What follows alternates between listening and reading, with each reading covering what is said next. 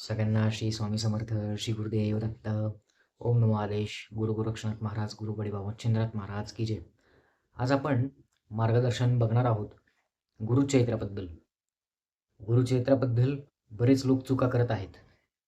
काय चुका करतात? ह्या चुका करू नयेत यासाठी काय करावं? खूप लोक चुकतात. गुरुचरित्र कसं करायचं, काय करायचं? बरेच लोकांना गुरुचरित्र कसं करायचं हेच माहीत नाहीये. ह्या चुका टाळाव्यात आणि नियम पाळून करावं, ह्यासाठी काय करावं?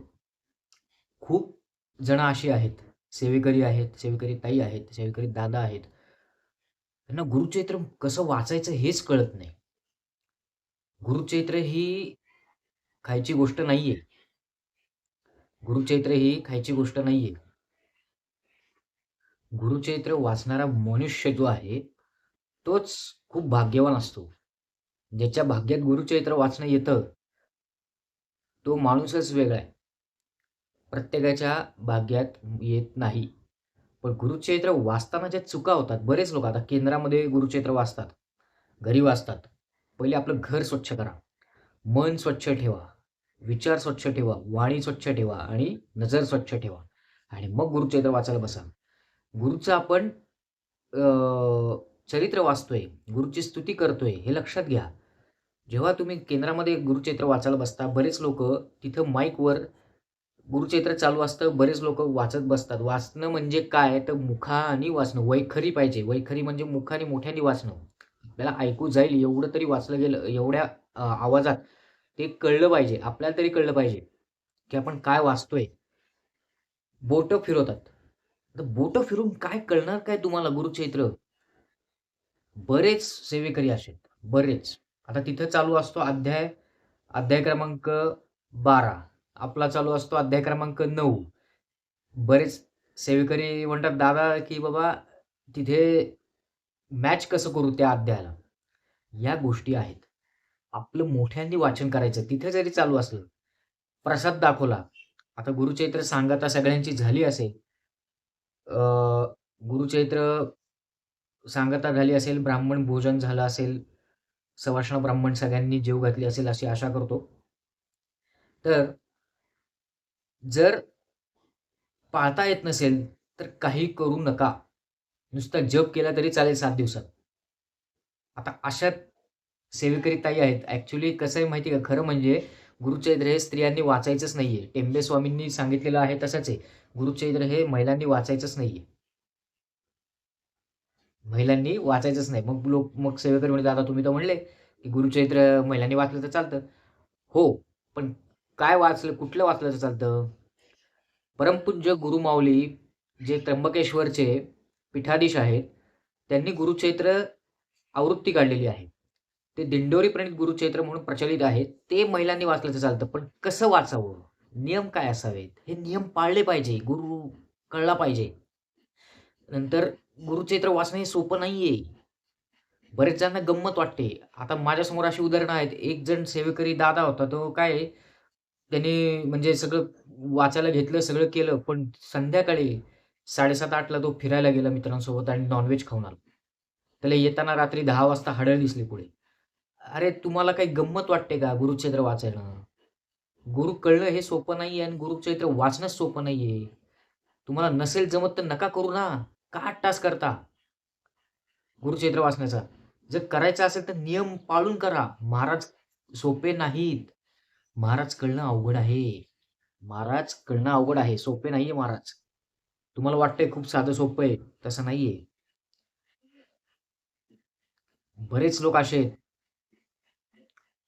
की त्यांना सोळं-ओळं पण माहीत नाहीये. सोहळं म्हणजे काय हे पण माहीत नाही. सोहळ्यात वाचत नाही. जीन पॅन्ट, बनियन, त्याच्यानंतर आतमध्ये कपडे घालणं. बरेच स्त्रिया ड्रेसवर हे वाचतात, जीन पॅन्ट घालून वाचतात. हे काय पद्धत आहे? जीन पॅन्ट घालायची आणि नाईट पॅन्टवर वाचतात. अरे ते काय गंमत आहे का ती? की नाईट पॅन्टवर वाचायचं? माझं बोलणं जर कटू वाटत असेल तर वाटू दे. गाऊनवर वाचतात बायका. कुठली ही पद्धत आहे गाऊनवर वाचण्याची? गुरुचरित्र हे तुम्हाला गंमत वाटते? आता आपण घास खाताना ना इथून खातो का इथून खातो? आपल्याला माहिती आहे, नियम आहे. इथून तोंडातनं घास गेल्यावरच पोटात जाणार आहे. की नाकातनं घास आपण चुकून घास घेताना बोलता-बोलता पटकन इथं टाकतो का? नाही टाकत. तो नियम आहे. सृष्टीने रचून दिलेला नियम आहे, की घास इथूनच गेला पाहिजे तेव्हा पोट भरणार आहे. का इथून जाणार तेव्हा पोट भरणार आहे. तसंच गुरुचरित्राचं आहे. जेव्हा तुमचा जो घास आहे, तो इथून जाईलच तेव्हाच पोट भरेल. तसंच गुरुचरित्राचं आहे. जे नियम आहेत ते पाळले गेलेच पाहिजे. नाही पाळले ना, तर तुम्हाला त्याचा त्रास होतो. आता एक सेवेकरी ताई आहे. तिने त्या दिवसामध्ये तिचे 4 दिवसाचे प्रॉब्लेम होते आणि तिने पोथी वाचायला घेतली, सगळं केलं. तिला तेवढा अंदाज नाही. पोथी इकडे वाचन चालू आहे आणि ती बाई केस मोकळे सोडून महाराजांच्या समोर लोळतीये. लोळतीये चक्क. लडाबडा लोळतीये. तिला त्रास व्हायला लागला. सहन होईना. कारण काय आहे, कुरुक्षेत्रामध्ये एवढी ऊर्जा आहे, एवढी पॉवर आहे, की ती पॉवर आपल्या शरीरामध्ये सामावण्याची ताकद आपल्यामध्ये नसते. एवढी ताकद गुरुचरित्रामध्ये आहे. तुमच्या चेहऱ्यावर जे तेज येतं ना, ते गुरुचरित्राच्या ऊर्जेचं असतं. अंगात जी ऊर्जा येते ना, ती सामावण्याची बऱ्याच जणांचं अंग दुखतं, कंबर दुखते, पाठ दुखतं, चालता येत नाही, बोलता येत नाही, कारण तुमची वैखरी चालू असते. वैखरी म्हणजे तुम्ही कंटिन्यू वाचन करत असता, मनात नाही, वाचन करत असता. त्यामुळे तुम्हाला शारीरिक ताण येतो, त्या ऊर्जेचा ताण येतो. त्याच्यानंतर डोकं जड होतं, कारण ती शक्ती आपल्यामध्ये सामावण्याची आपल्यात ताकद नसते.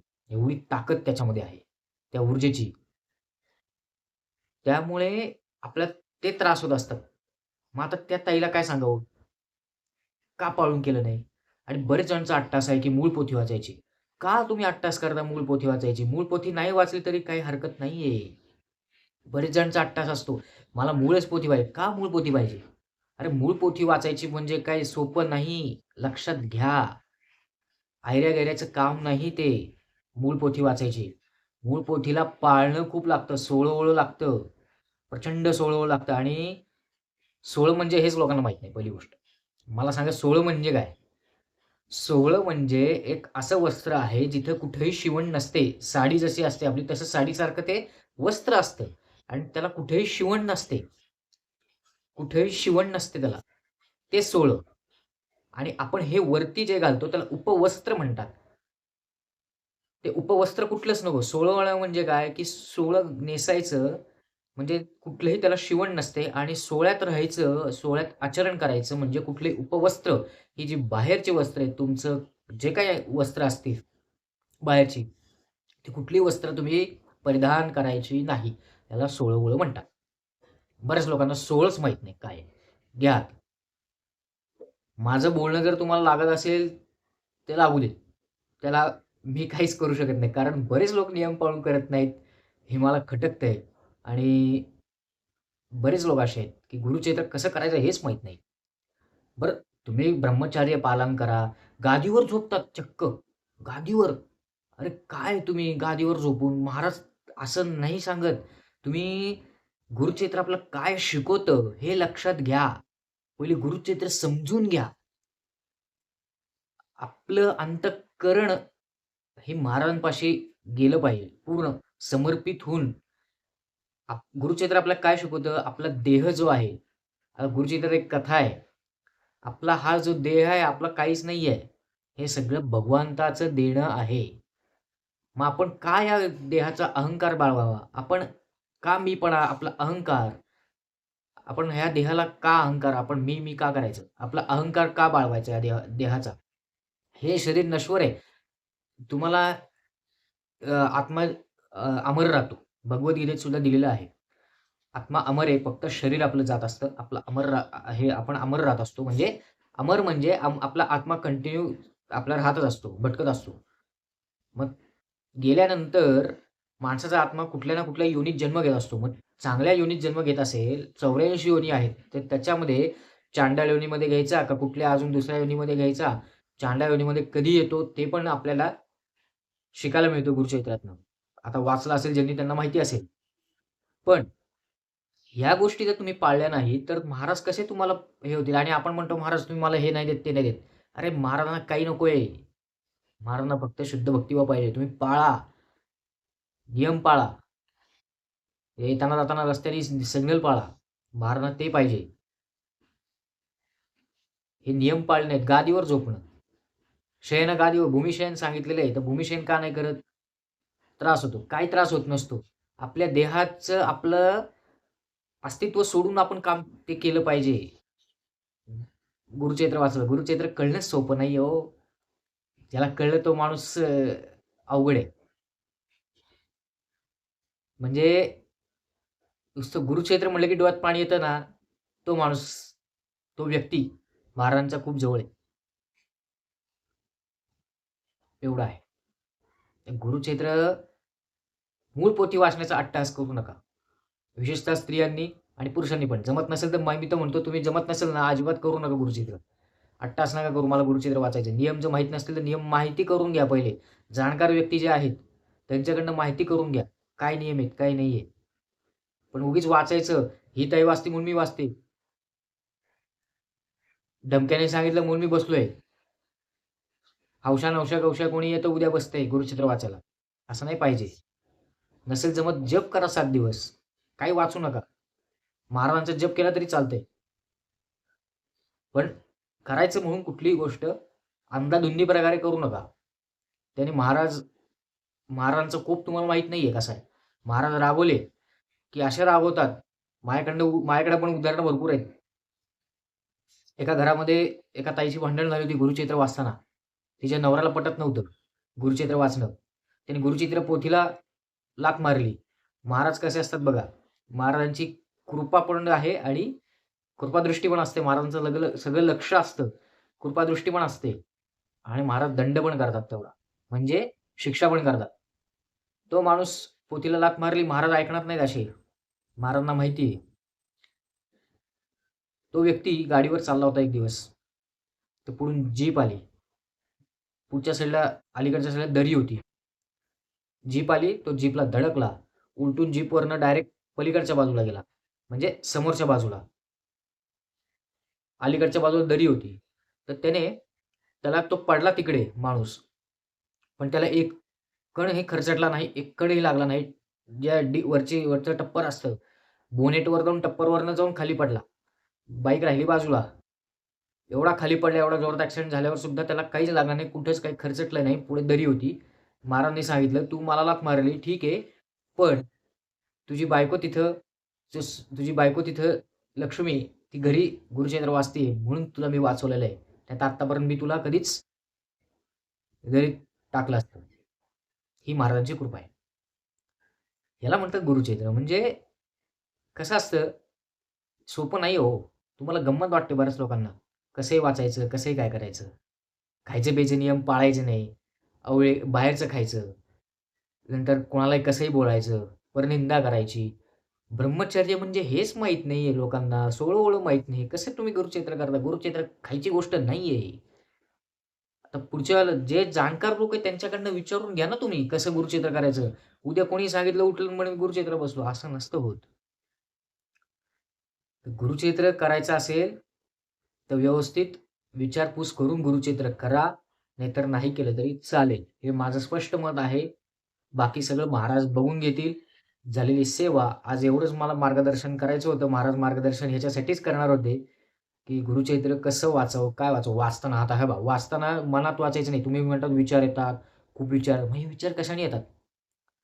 जर मनात तुम्ही वाचलं तर विचार येणार. जर तुम्ही मोठ्याने वाचलं तर विचार कशाला येतील? मन भटकत नाही मग विचार जरी म्हणजे तुम्ही जर मोठ्यांनी वाचलं, तर आपण वाचलं मोठ्यांनी. श्री गणेशाय नमः, श्री सरस्वते नमः हे जर मोठ्यांनी वाचलं, तर तुम्हाला कशाला विचार येतील? मन कशाला भटकेल?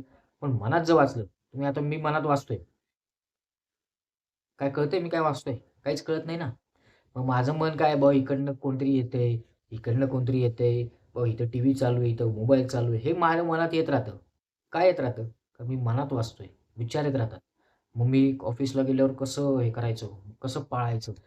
हे विचार जे आहेत ना, हे गेले पाहिजेत. बरेच लोकं म्हणतात, "आमच्या मनात खूप विचार येतात गुरुचरित्र वाचताना." तुम्ही मनात वाचणं बंद करा. वैखरी ठेवा. वैखरी पद्धतीने वाचा. वैखरी म्हणजे मोठ्याने वाचा. तुम्हाला ऐकू जाईल एवढं वाचा. दुसरी गोष्ट एक वेळ पाळली पाहिजे. एकच वेळ. व्हिडिओ मोठा होईल थोडा, पण हे आवर्जून लोकांनी पालन करावं आणि ऐकावं. एक वेळ पाळली पाहिजे गुरुचरित्राची. एकच वेळ. सकाळी 4ला, सकाळी 5ला, 7ला, 10ला, 10ला पाळलीच गेली पाहिजे वेळ. तिसरी गोष्ट महाराजांची पूजा करायची आणि जप, जप ठेवायचा. सकाळी उठल्यावर महाराजांचा पहिले जप घ्यायचा. स्वामी समर्थ महाराजांचा, दत्त महाराजांचा, गायत्री मंत्र, गणपती अथर्वशीर्ष या 4 गोष्टी घेतल्याशिवाय रोज वाचायला बसायचं नाही. या गोष्टी आहेत. या गोष्टी जर ठेवल्या तर तुम्ही गुरुचरित्र व्यवस्थित करू शकता. नसेल जमत नका करू. काही कोणाला अट्टास नाही की गुरुचरित्र बसाच, कराच, जप जास्त केला तरी चालेल. झालेली सेवा महाराजांचरणी रुजू करतो. श्री स्वामी समर्थ. कोणाला काही वाईट वाटलं असेल तर माफ करा. पण कटू वाटलं असेल, काही वाटलं असेल, तर सत्य परिस्थिती आहे ती मांडली आहे. बाकी काही केलेलं नाहीये. महाराज तुम्हाला अंजन घालायचंही हे करतात. डोळ्यात अंजनसुद्धा घालतात. महाराजांच्या डोळ्यात महाराजांचं प्रेम पण आहे. मार्ग दाखवतो तो गुरुच आहे आणि त्या त्याच हिशोबाने महाराजांनी मार्गदर्शन केलेलं आहे आजचं. तर झालेली सेवा ही महाराजांच्या चरणी रुजू करतो. श्री स्वामी समर्थ. श्री गुरुदेव दत्त. ओम नमः नारायण.